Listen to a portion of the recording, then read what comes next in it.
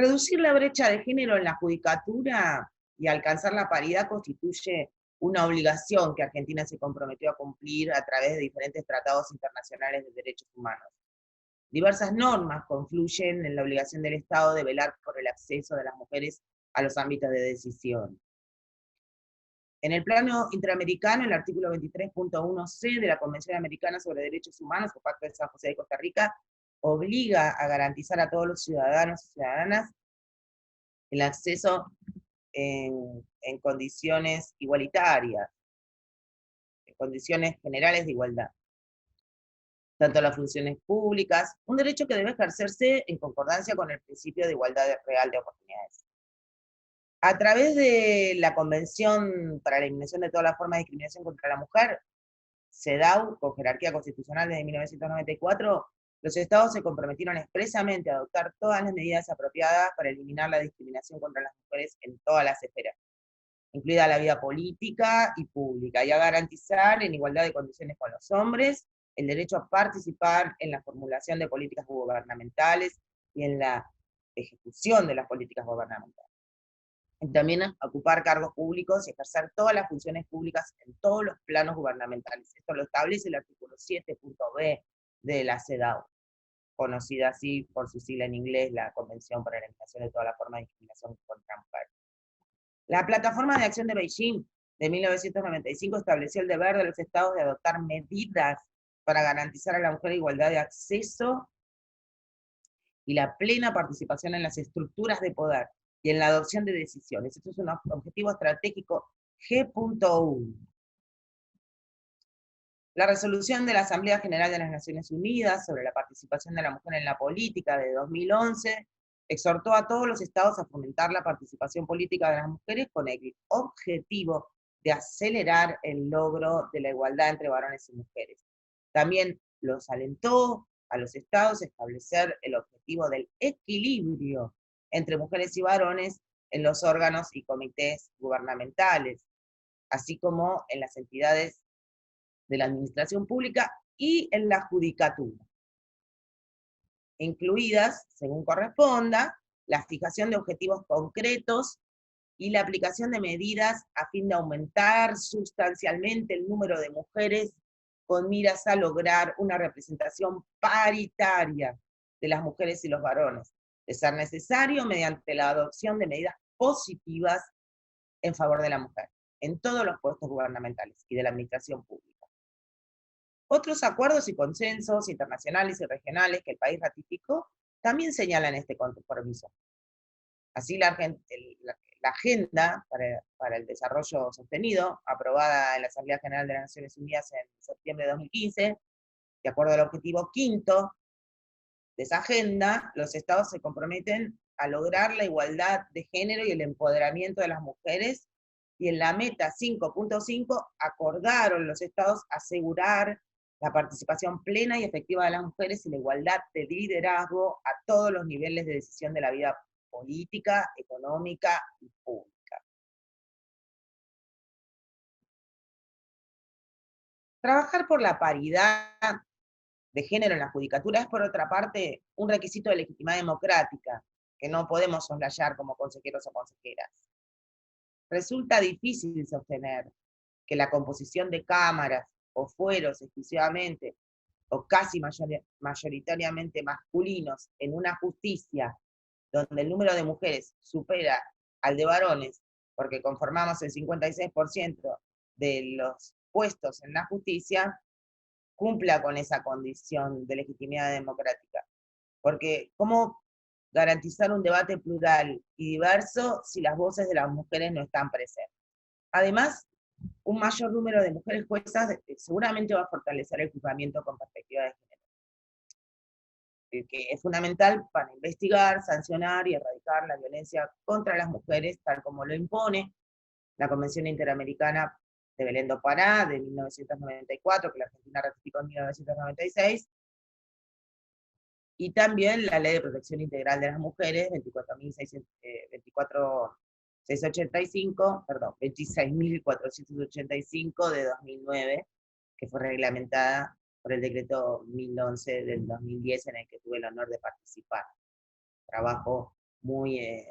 interesante, conjuntamente con otros colegas de la justicia y de otras colegas, y también con distintos,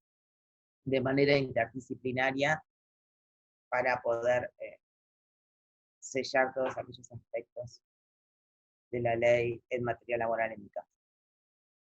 Quedarnos de brazos cruzados y esperar que el devenir de los cambios culturales modifique progresivamente el estado de cosas constituye para mí violencia institucional e impide a las mujeres el ejercicio pleno de los derechos humanos. Por eso es muy importante que como consejeros y consejeras trabajen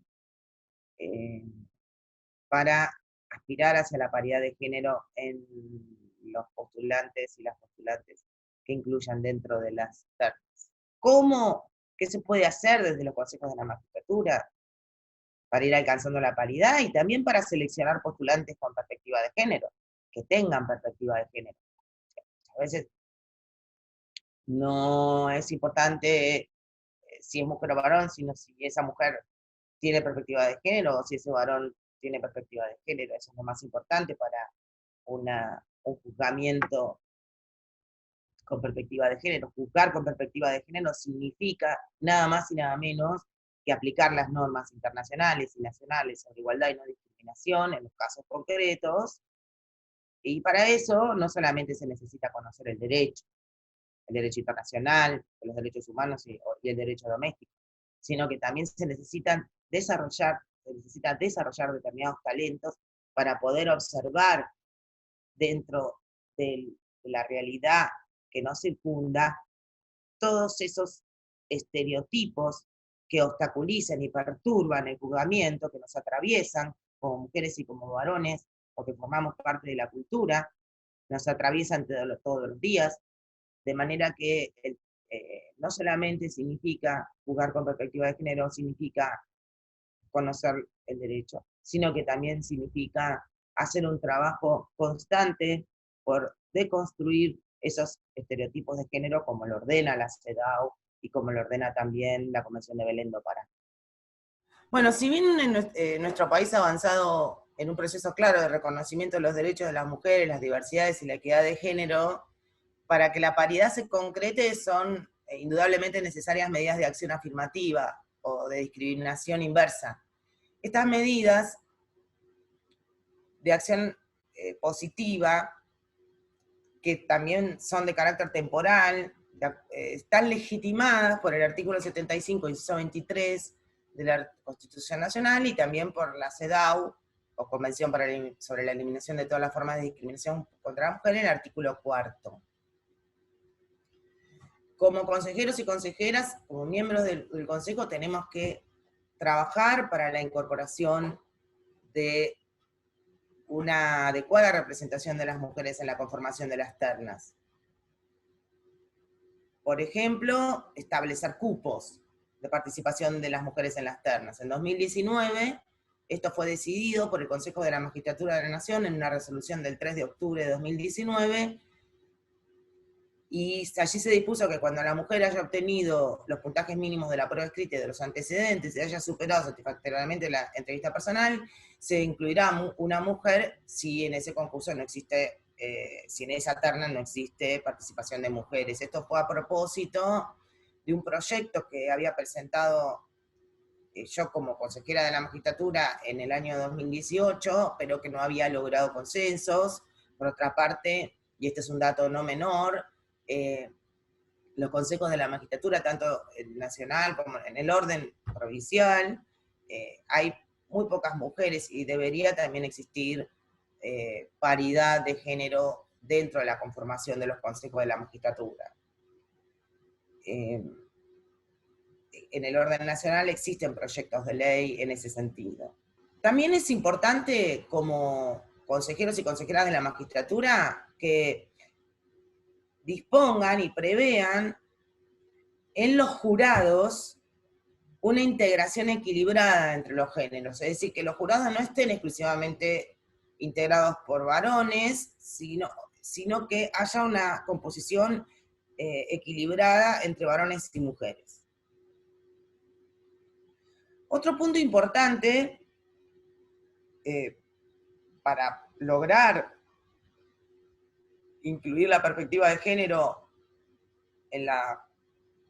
en los poderes judiciales es incluir las cuestiones de género como uno de los puntos a evaluar en las personas que se postulan para la magistratura, ya sea a través de casos de pruebas escritas en los que deban resolver cuestiones vinculadas al género o a las cuestiones de género, o también en planteos en las entrevistas personales, vinculados no solamente con la resolución de casos jurisdiccionales, sino también cómo ese magistrado o esa magistrada va a gestionar el tribunal en torno de las designaciones de sus funcionarios y colaboradores, o colaboradoras, etc. Por ejemplo, si le pregunta o si no le pregunta si va a tener hijos, por cierto, si conoce que la ley 26.485 prohíbe la exigencia de un test de embarazo para acceder al empleo, o cuestiones relacionadas con jurisprudencia de la Corte Interamericana, jurisprudencia de la Corte Suprema, vinculadas con cuestiones donde se han abordado temas de género. Mientras yo fui consejera de la magistratura en los 4 años, en todas las entrevistas personales, preguntaba cuestiones, entre otras, cuestiones de género, pero siempre preguntaba cuestiones de género y de manera que los postulantes siempre iban preparados, habiendo estudiado desde la CEDAW, con la Convención de Belén do Pará, la ley 26.485, y por lo menos lograba una introducción y una reflexión del postulante que no lo hubiese hecho hasta ese momento. Además, es importante, dentro de esto de incluir cuestiones de género como puntos a evaluar, disponer que se evalúe la utilización del lenguaje inclusivo en las pruebas escritas y en las pruebas orales. Y me refiero a la no utilización del masculino como genérico, ya que este tema de la utilización del lenguaje inclusivo en las decisiones judiciales forma parte del entrenamiento que realiza la Corte Suprema en los talleres de inclusión de perspectiva de género en todo el país. Desde el año 2011 tengo a mi cargo la sensibilización y la inclusión de la perspectiva de género en el ámbito de la Justicia Nacional del Trabajo. Cámaras, son 80 juzgados de primera instancia, 1.700 empleados y empleadas del personal administrativo, del funcionariado, y hemos realizado desde entonces las capacitaciones de sensibilización en perspectiva de género, y uno de los puntos sobre los que trabajamos es el tema vinculado con el lenguaje inclusivo. El lenguaje construye subjetividades, y la utilización del masculino como genérico es una forma inconsciente de invisibilizar a las mujeres y a los colectivos LGTBI. De manera que es un punto también para analizar para que se pueda utilizar desde el Consejo de la Magistratura. Un tema que puede ser discutible, pero que yo lo planteé en un proyecto en el Consejo de la Magistratura Nacional sin éxito, fue incluir la variable vinculada al cuidado en la asignación de puntaje. Como les dije antes, una mujer abogada o funcionaria de los poderes judiciales que tiene mucho trajín, mucha tarea cotidiana en el tribunal, luego seguramente se le va a dificultar si tiene los trabajos de cuidados a su cargo, poder hacer doctorados, maestrías, escribir los fines de semana, libros, artículos, además ser profesora universitaria, es decir, entonces, en el proyecto que presenté el año 2018, en febrero, planteé la necesidad, aunque fuese de manera temporaria, de asignar a aquellas mujeres que lo solicitasen asignación de puntaje por cuidados, ¿no? Como una manera de compensar esta desigualdad estructural que existe y a la que me he referido anteriormente. También otra de las posibilidades, porque en esto tenemos que ser creativos, consistiría en disponer llamados a concurso exclusivamente para mujeres. Si luego de realizar un estudio del mapa de la jurisdicción o del fuero respectivo, no existen mujeres ejerciendo la función en esa circunscripción, en esa jurisdicción. Ustedes saben que hay, como les dije, un techo de cristal, ¿no es cierto? Que es una segregación vertical. Pero también hay una muestra de que hay territorios rosa dentro de la justicia. Territorios rosas, se los digo metafóricamente en el sentido de territorios en los que hay más mujeres juezas. ¿Y esto por qué qué tiene que ver esto? Y bueno, tiene que ver con la división sexual del trabajo del orden patriarcal. Porque son fueros en los que tienen mayor incidencia inconscientemente las cuestiones de cuidados. Por eso la jueza, en el derecho de familia hay más mujeres juezas. ¿Por qué? Porque son las que tienen el cuidado de sus niños, las niñas, y todas las cuestiones de la familia. Y también pasa en la justicia de la seguridad social, con el cuidado de las personas, de los adultos mayores. En la justicia federal de la seguridad social, en la primera instancia había una mayoría de mujeres juezas. Así que es muy interesante poder reflexionar sobre cómo la división sexual del trabajo también tiene una proyección dentro de la distribución de los cargos. En cambio, en la justicia penal hay mayor cantidad de varones. Hay cámaras federales, la Cámara Federal Penal, ni la de La Plata, ni la de la Capital Federal, cuentan dentro de su seno con mujeres. La casación federal tiene muy poquitas mujeres. Y la casación nacional, ordinaria, la capital federal no tiene ninguna mujer, tiene una sola y subrogante. De manera que vemos cómo esta división sexual del trabajo también se proyecta. Bueno, podría establecerse llamados a concursos exclusivamente para mujeres en aquellos fueros o en aquellas circunscripciones donde no exista ninguna mujer ejerciendo la función. También puede haber llamados a concursos complementarios,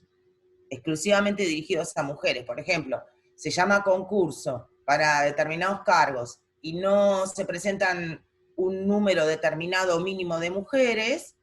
bueno, vencido el plazo de ese primer llamado, se hace una segunda convocatoria exclusivamente para mujeres. Y por supuesto que también tiene que tener una debida publicidad en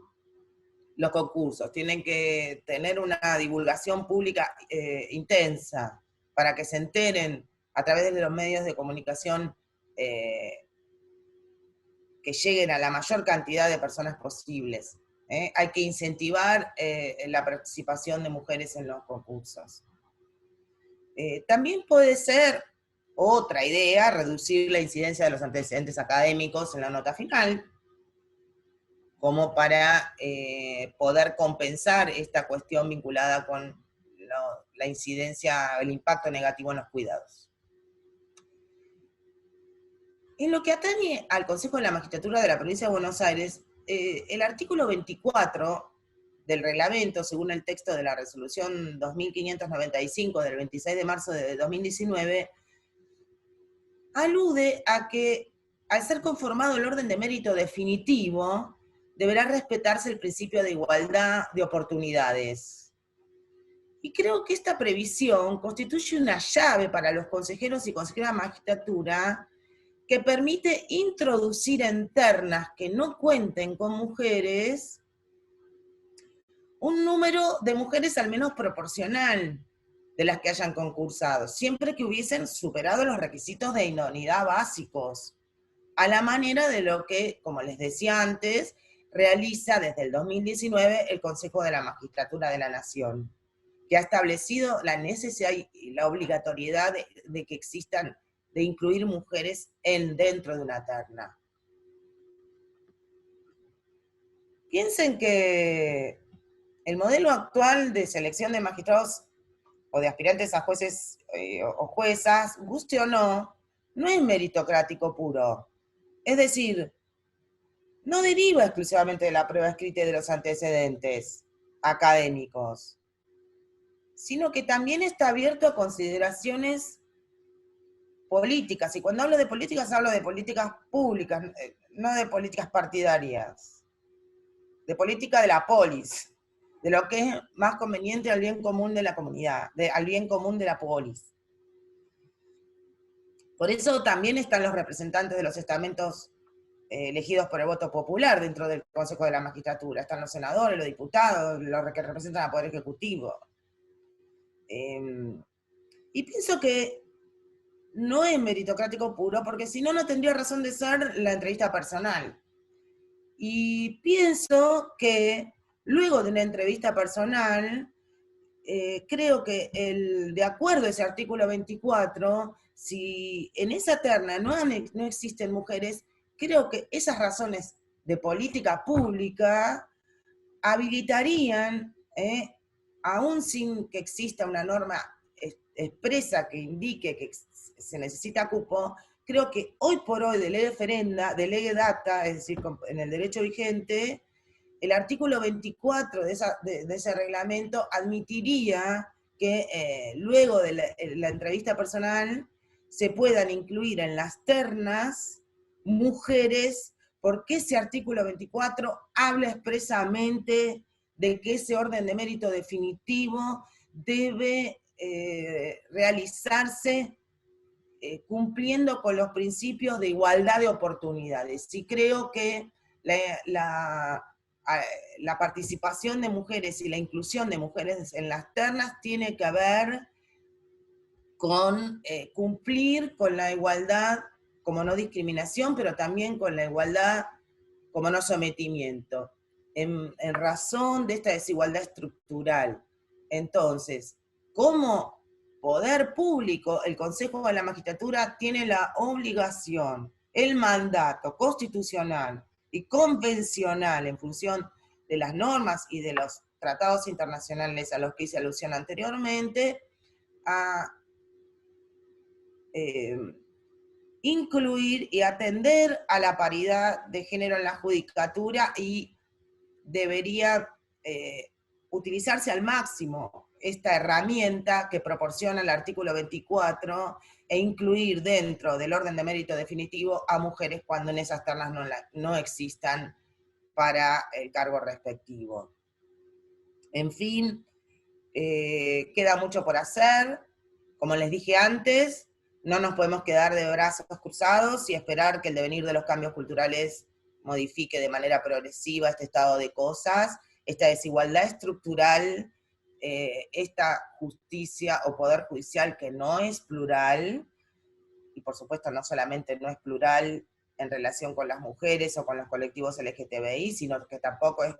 plural en relación con otros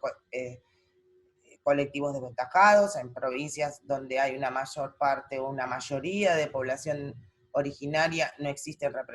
existen ni siquiera miembros de los pueblos originarios dentro de las estructuras inferiores de la justicia, y mucho menos dentro de la judicatura. La justicia, por lo pronto la que yo conozco, la justicia nacional y federal, es una justicia que está integrada de una manera desigual en el plano socioeconómico. La mayor parte de sus integrantes son personas de clase media, media alta. Esto también habla a las claras de una desigualdad estructural en relación con sectores socioeconómicamente vulnerables. Y en el foro del trabajo en el que yo pertenezco, donde existe ingreso democrático desde hace muchos años, de todos modos, si no existen cupos, hay para sectores socioeconómicamente desventajados, no hay posibilidad de que no sigan ingresando exclusivamente aquellos chicos o chicas en los primeros cargos que hayan pasado por formaciones primaria y secundaria mucho más bien comidos, bien dormidos, y además que no trabajan y que además han recibido una educación muy superior a la que puede recibir otros sectores desventajados. Entonces, las acciones afirmativas, las acciones positivas son fundamentales en todos los órdenes y fundamentalmente en el plano del acceso de las mujeres a la judicatura, que es el tema que hoy nos convoca. No hacer nada, repito, constituye violencia institucional e impide a las mujeres el ejercicio pleno de los derechos humanos, y ustedes, como consejeros y consejeras de la magistratura, asesores y asesoras, tienen que trabajar para que esa violencia institucional no se concrete. Bueno, muchas gracias.